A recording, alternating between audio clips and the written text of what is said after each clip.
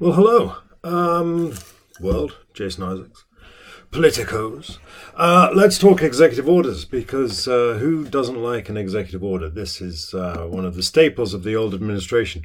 When you had those 15 markers, this was the one everybody wanted to come up. Now you just need to know that they play a very, very important role in the president's thinking and indeed his arsenal, although perhaps not quite as important a role in the real world as they might like to think. But there we go. That's what we need to talk about. So let's push on. And as I said earlier, who doesn't like an executive order? Well, here's a couple of people who really didn't mind an executive order. Obama copped a huge amount of flack towards the end of his administration with the weight and the number of executive orders he was passing, not least from a certain Donald J. Trump, who was sending out all sorts of nasty messages from his office about governing by executive orders and tyranny and all of that sort of stuff. Well, if that's tyranny, then, well, I'll let you decide exactly where we are at the moment. But there's just some sort of illustration of executive orders that have been going around. Now, before we get too excited, yeah, they are profoundly limited in terms of what they can do. They are significant, but that doesn't mean that they are massively influential or indeed important. But I'm getting ahead of myself. Let's start off by saying what they're not. These are not laws, okay? Congress has nothing to do with the passage of an executive order. It's often said that they're analogous to statutory instruments, and in that sense, it's very clear that they're not. These don't come from the legislature, although they serve a similar function in that, if you like, laws set out the general legal framework, and then statutory instruments will fill the gaps within those laws. In that sense, executive orders do operate like secondary or legislation or like statutory instruments, in that they operate within the laws established by the legislature, without themselves being law, and also having the full force of law. But we'll come to that in a minute. The other problem that we have here, and again, this is a critical difference between executive orders and statutory instruments, is that statutory instruments apply to everybody in this country, but executive orders apply exclusively to the federal bureaucracy. These are instructions from the White House to the federal bureaucracy saying, do this. So we might send out an executive order that has absolutely no influence whatsoever on somebody working at General Motors or McDonald's or Warner Brothers. You know, that just has absolutely nothing to do with those. However, if you're working in a library or in a school or in some other institution where you draw your check from the government, then you will potentially be influenced by that executive order. So these are instructions from to the federal bureaucracy, on policy or indeed on the implementation of the law. So I think I've kind of made that point already. So we should probably just keep going. Whoops, sorry. Come on. Right. And I'm going to illustrate this by telling you a little story. We're going to look at Homeland Security. Now, you are probably aware of the terrorist attacks in New York on 9/11. And in response to that, George Bush, who was the president at the time, decided that he wanted to create the Department of Homeland Security, or the Office of Homeland Security, as it was then. So he created within the White House, within the executive office, within the White House staff, the Office of Homeland Security. I know it says department there. Yeah, I can see that. But there's a reason for that, and I'm coming to this. So George Bush created the Office of Homeland Security, and that was done. He can do that. So he passed that with an executive order. And he then went to Congress, and there you go, Executive Order 13228. 13228 created the Office of Homeland Security, and he then went to Congress and said, oh, by the way, I've created the Office of Homeland Security. And Congress said, well, that's nice. Why are you coming to us? And he said, but I'd like some money to pay for it. Because remember, the president has no independent income. There's no money that the president can spend that doesn't come to him from Congress. So Congress has said, well, okay, this Homeland Security, what's it about? And Bush explained. And he said, oh, this is very, very important. And Congress said, well, yeah, we agree it's very, very important. And Bush said, well, that's fantastic. Can I have some money? And Congress said, no, because we think this is really, really important. And the problem is that if you've got it in there, then we can't see what it's doing. And it's so important that we really want it in there. And if you put it in there, then we will give you some of this. in this bit here, you can forget about the money because we're not paying for something that we can't see. And it is that important that we really want to have full executive oversight of that particular thing. And so Bush reluctantly, admittedly, passed another executive order transferring Homeland Security from the White House, from the executive office, effectively, or from the White House staff into the federal bureaucracy. Congress said, "Thank you very much," and that was Executive Order 13284. So that's some sort of indication just how many of these there are flying around. So this one created it in there. And this order here transferred it over there. And once it was in the federal bureaucracy, Congress said, well, that's a tremendous idea. We're going to pass the Homeland Security Act. And then they just showered it with cash.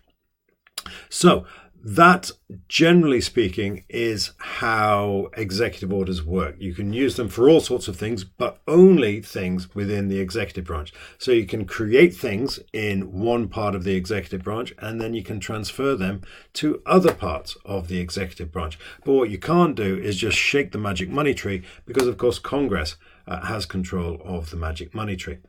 And we can see all sorts of examples of that when we look at some case studies. We've just told you about Homeland Security and the way in which Congress refused to fund it until it got full oversight of it. So there you go. Guantanamo Bay. This is another very interesting one. When Obama came in, rather like Trump, he passed a huge slew of executive orders, much of which was in reaction to a lot of the stuff that was going on in the Bush administration. So he passed executive orders banning all sorts of different enhanced interrogation techniques. And also he passed an executive order closing Guantanamo Bay. So that was in 2009. Now, the one slight problem with this is that Guantanamo Bay, it could certainly be closed, but it wasn't empty. So he now had the problem of what to do with a vast number of people who once upon a time may or may not have been radical anti-American terrorists, but after several years of incarceration without trial in Guantanamo Bay, probably were anti-American and probably were in a position where they were prepared to commit terror to prove it. So what could he do with all of these terrorists? He tried to place them in jails around America. But the state governors who were running their own jails said, no, we don't particularly want them. And Congress wasn't about to buy any new build any new federal institutions just to house these characters. And so having passed the bill having passed the executive order closing Guantanamo Bay, a little while later, Obama passed another executive order not closing Guantanamo Bay and directing some more cash from the federal budget into there. Not more cash, because only Congress can give him more cash, but reallocating cash back into Guantanamo Bay to keep it open. Much more important, certainly in terms of Obama's legacy, is DACA. DACA is the Deferred Action for Childhood Arrivals. This was the idea that if your parents dragged you into the United States without formal documentation or illegally, basically, then by all means, sort of deport the parents. But it's not the children's fault, so don't put them in jail, don't put them in some sort of detention facility, but rather treat them like humans. Crazy idea, very old-fashioned, but it was 2012. Since then, that was in itself a diluted version of a failed legislation, and that's a very, very important thing that I mustn't forget. Trump rescinded the program in 2017, again by executive order, and it's currently going through the courts. The point is that Obama had asked for DREAMer legislation. DREAMer is one of those backronyms. You can look it up, and I'll link off to it in the footnotes. So footnotes. DREAMer. Okay, so we'll get DREAMers in there. Congress refused to pass the legislation, or failed to pass the legislation, and so Obama said, okay, you guys didn't do that, I am going to pass an executive order, and so he passed DACA. Much in the same way, he later passed DAPA, which was an attempt to give the same rights to parents of there we go. And that was similarly blocked by the courts. That never got off the ground, actually. So that was never fully implemented. And in 2017, that was formally reversed again by executive order by Donald Trump. So here we see Obama trying to act because he's not getting legislation. He went to Congress, said, look, you've got to give me this legislation because we're in the middle of this immigration crisis. And Congress said, well, we'd like to, but we're rubbish. And so it didn't happen. Hence, he went for the executive orders. As you can see there, executive orders are justiciable. They have been reversed in court. The first was the Truman one by Harry Truman. I think it was Youngstown Steel Sheet Company back in 42, if I remember correctly. But yes, the Supreme Court can and does declare executive orders constitutional and unconstitutional, as we shall see very shortly. So those are some pre-Trump case studies, and moving on, we can get on to this really, really good video that I will link off to. This is, well, I'll let you look at it. I'll link off to it. Don't watch this one right now. Instead, we'll just click onto the next slide. And the next slide looks at some of Trump's EOs. We've already seen that particular chart and that particular chart. Let's now look at some of the actual executive orders themselves.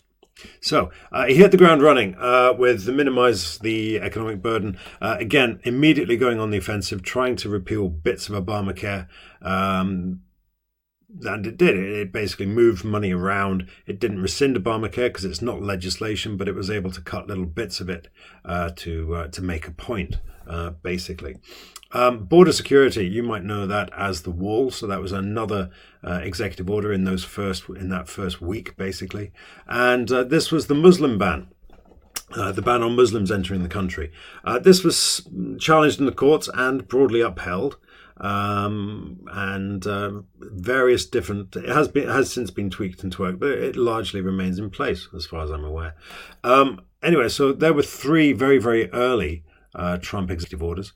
More recently, we've had imposing sanctions with respect to Iran. And again, you'll remember that really trade and aid should be within the jurisdiction of Congress from that previous presentation on foreign policy.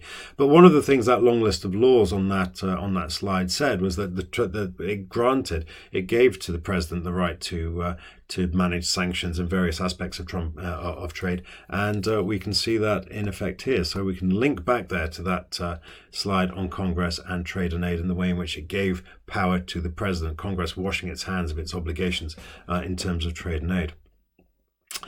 Good things, well, it allows for divisive action, a massive range of influence. Remember that slide showing you the size of the federal bureaucracy. Bad things, well, they don't go beyond the federal bureaucracy, and so that's quite significant. They can also be overturned easily, as we've been seeing, not just by different presidents. And Congress can legislate over the top. Future presidents can challenge them. The same president can overturn them, and of course the Supreme Court can declare them unconstitutional. And sometimes they just don't work. Now, this was a great article that I found when I was researching this particular study, and it is all about the fact that some of these executive orders, of the 300 or so, the 130 that have gone through, many of them just really don't do anything. They just sort of flash up and then disappear without trace. They're statements of intent or their promises to do something vague at some point in the future. Anyway, let's get back to the main presentation because I think we are almost done, and we'll move on to President and Congress formally next time. I will bid you adieu until the next time, and thank you very much for listening. Do let me know what you think of the videos. If you want some more on any particular topic, do let me know, and we'll see if we can't get those in. But I'll leave you for a minute. All the very best. Cheers.